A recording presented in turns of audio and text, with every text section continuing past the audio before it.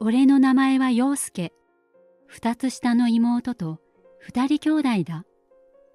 気分屋で定職に就くことが難しかった父親を支えるため、ホテルで清掃の仕事を始めた母親だったが、あまりにコロコロと仕事を変える父親に耐えかねて、母親は離婚を決意。楽しそうに働いていたホテルの仕事を辞めた母親は、パートを掛け持ちして家計を支えてくれていた。貧乏だった俺は、周りの人間が羨ましかった。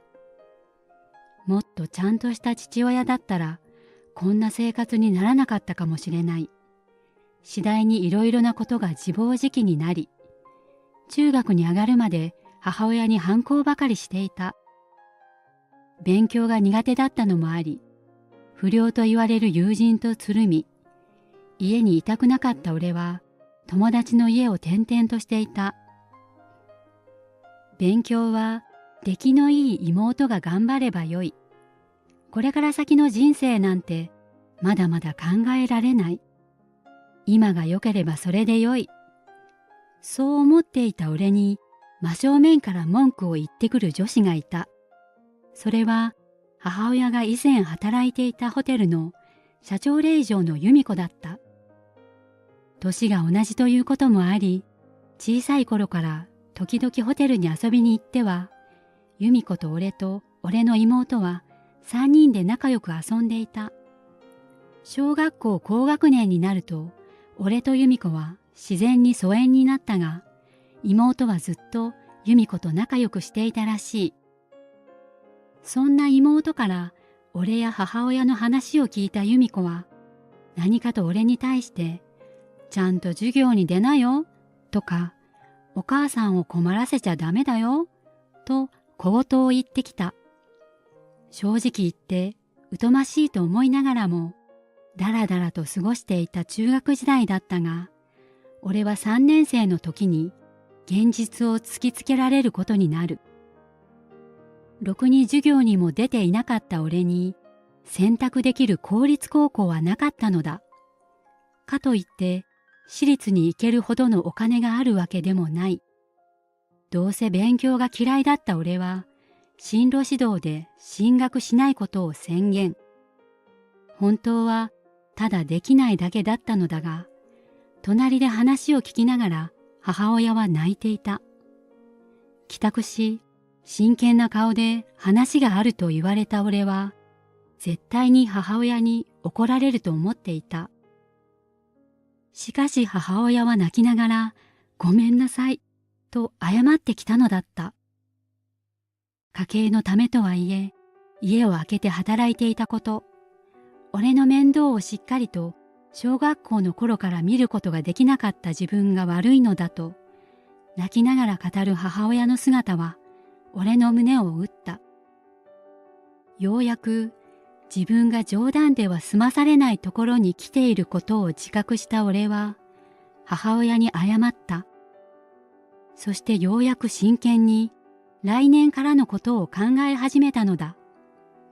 しかし、中卒で働かせてくれるところはなかなか見つからなかった。先生にも頭を下げて仕事を探してもらった。このままフリーターになってしまうのではないかと思っていた矢先に、どこかからか母親が小さな旅館での仕事を見つけてくれた。ただしそこは住み込みで働くことが条件。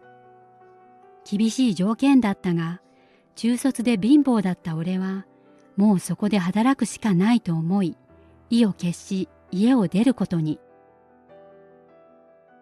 就職先はボロボロの旅館だった。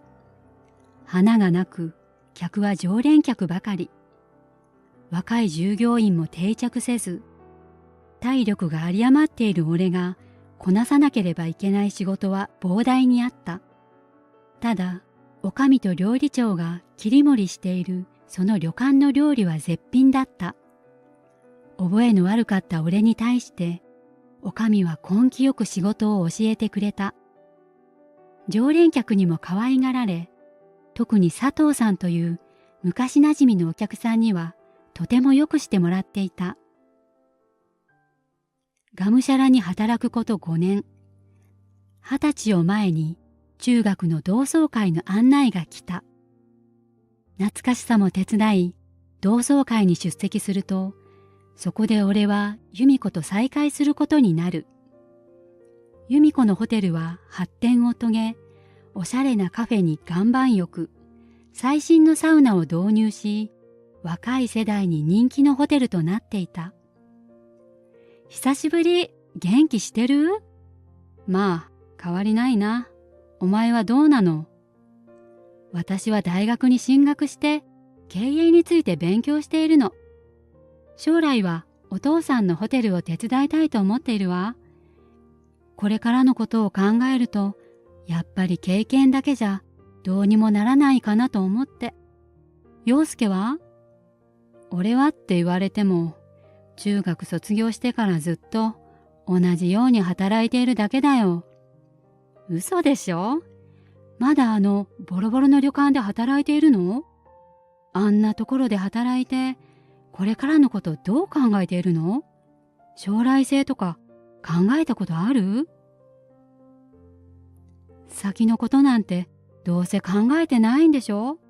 ほんと昔からそういうところ変わらないわね。だからいつまでもあんなボロ旅館で働けるんでしょうね。見下した態度でそう言い放つ由美子の言葉に傷つけられるが、それは本当のことでもあった。何一つ言い返すことができず、俺は足早に同窓会を後にした。改めて自分が働く旅館を見渡してみる。ボロボロの建物に薄暗い照明、常連客しか居つかない現状。このままでいいはずがない。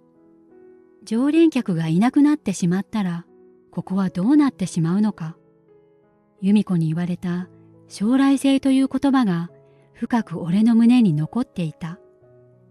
自然とため息が出る俺を見かねて、声をかけてきたのが常連客の佐藤さんだった。どうしたの？ため息なんて珍しい。いや、ちょっと考え事してて。同窓会行ってからちょっと変だぞ。何かあったのか？そう言われて俺は由美子から言われた将来性への不安について佐藤さんにこぼしてしまった。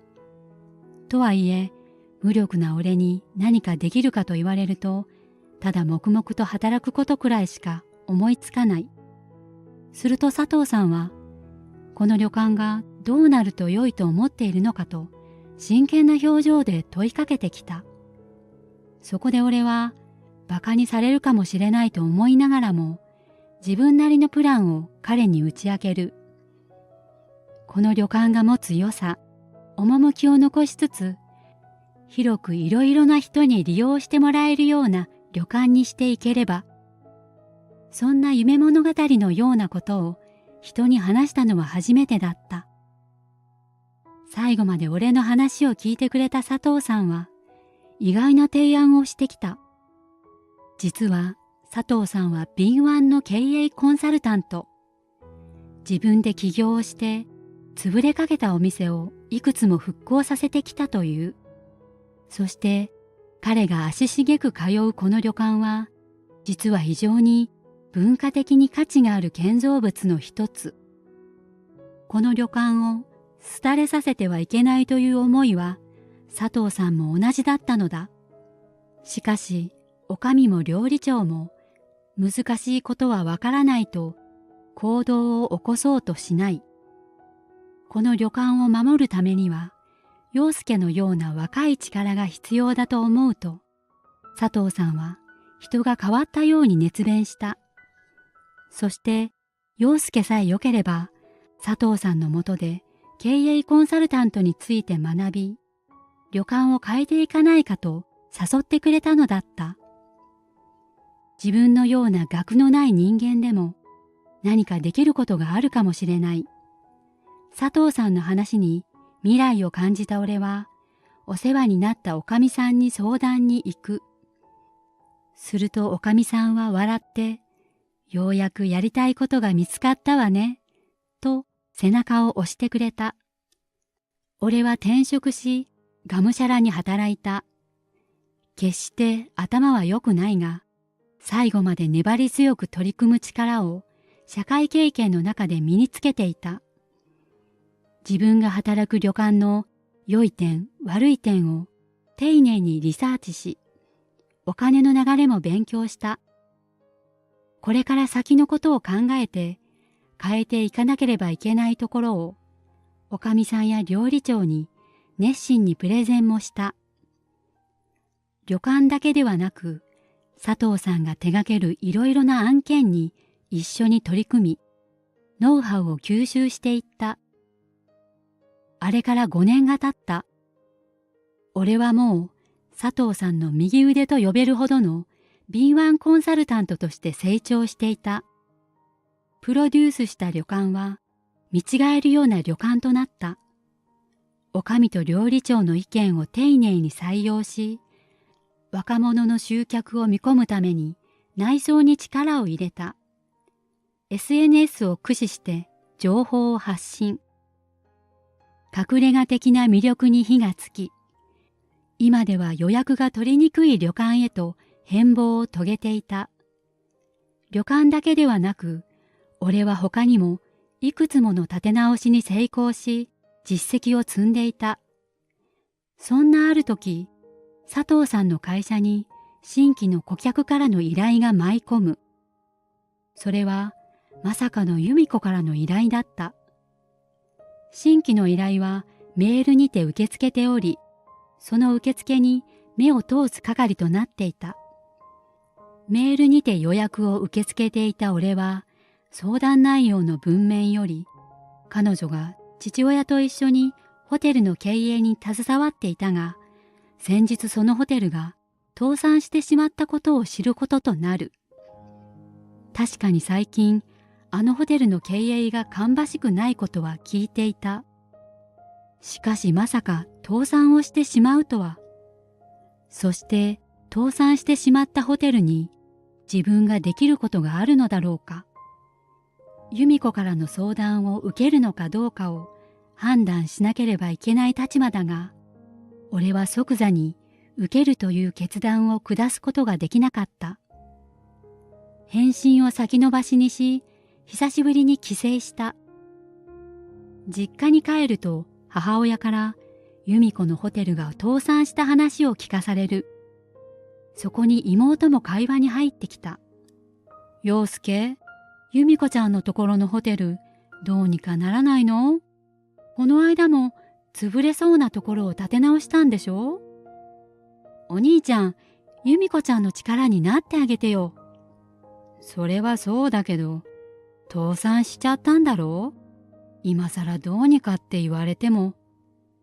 すると妹が思いもかけないことを言ってきた。そもそも今のお兄ちゃんがあるのは由美子ちゃんのおかげなんだからね。恩返しした方がいいと思うよ。何の話？そこで俺はそれまで知らされていなかった驚きの事実を知ることになる。5年前の同窓会、俺を見下してひどい発言をしてきた由美子だったが、それには訳があったのだ。俺と由美子は中学卒業後、疎遠になっていたが、妹はまるで姉妹のように由美子のことを慕っていた。俺が就職してからも、いろいろなことを由美子に相談してきたらしい。その一つが俺の将来のことだった。中卒後、旅館で働き口を見つけ、一生懸命働き出したのは良かったものの、仕事はきつく、給料は本当にわずかなものだった。それでも中卒の俺を雇ってくれた感謝から、ずっと働き続けていた俺。先のことも考えず、向上心がない俺の未来を家族は心配してくれていた。そんなことを妹は由美子にたびたび相談していた。